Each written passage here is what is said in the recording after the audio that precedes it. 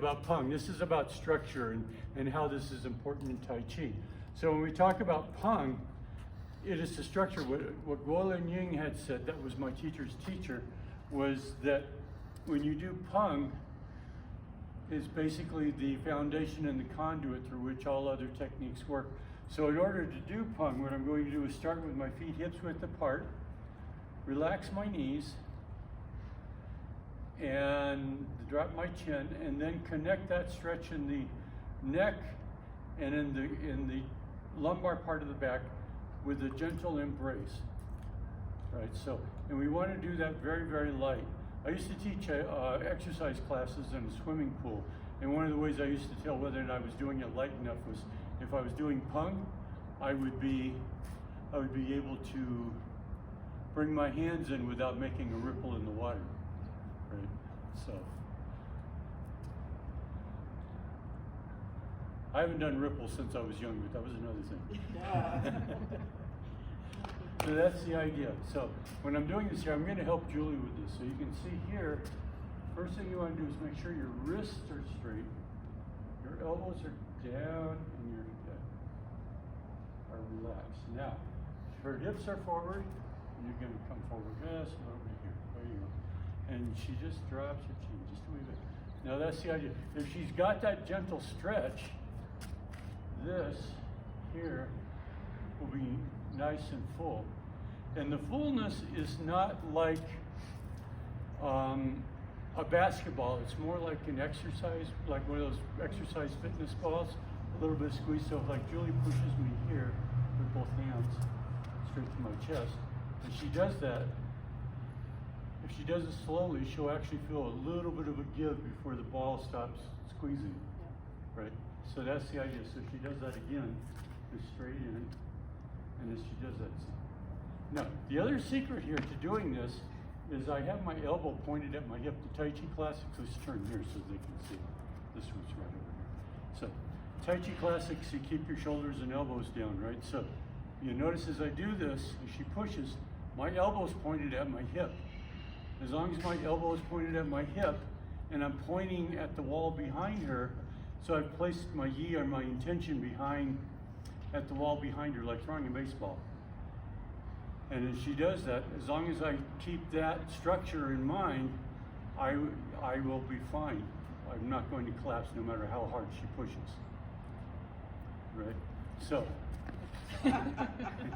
so that's the idea. So when I'm doing it here, now, if she does that, just to show you it's not a magic trick, so come here and do the same thing. Put a foot forward. Now watch.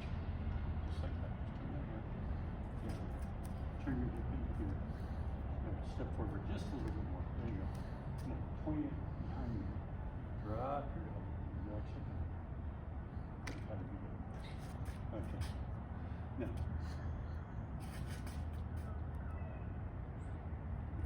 Pretty cool. Yeah. Huh? Now, basically, according to Chinese medicine, that's because we're stimulating the yin meridians on the inside of the arms and legs and stretching and opening the yang meridians, right? And so the chi, so they believe is the muscles are filling with chi. It's not easy being cheesy.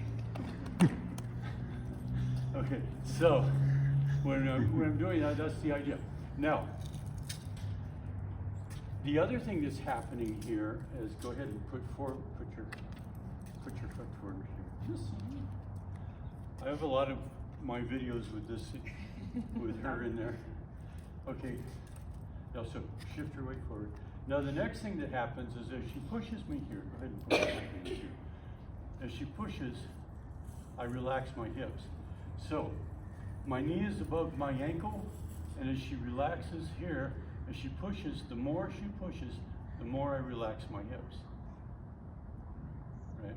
So that it's like a rubber doorstop. Right? So it just kind of absorbs. So she can do the same thing. Now the trick is you want to relax the hips. The other thing is you want to turn your hips so that you turn into your front hip. Right? So if I'm here like this, if she's turned into her front hip, just relax your hands. But point through, but not so rigid. There you go. Now, feel how that's working? Now you don't even have to startle, do you? Impressed? Yes.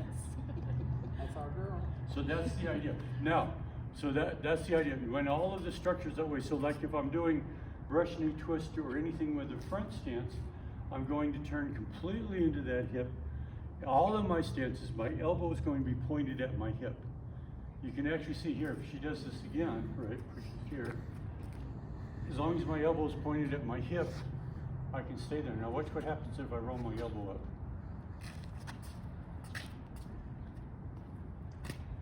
So the elbow, you want that elbow down. So when I'm doing brush, knee twist, repulse monkey, my elbow is pointed at my hip. Right, so it's all about the hip. Right, it's all about the base, about the base, about the base. No trouble. Okay, so that's the idea.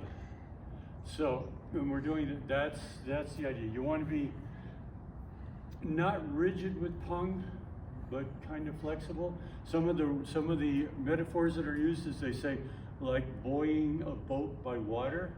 So you think about it supports, but it's not rigid. Water gives, right?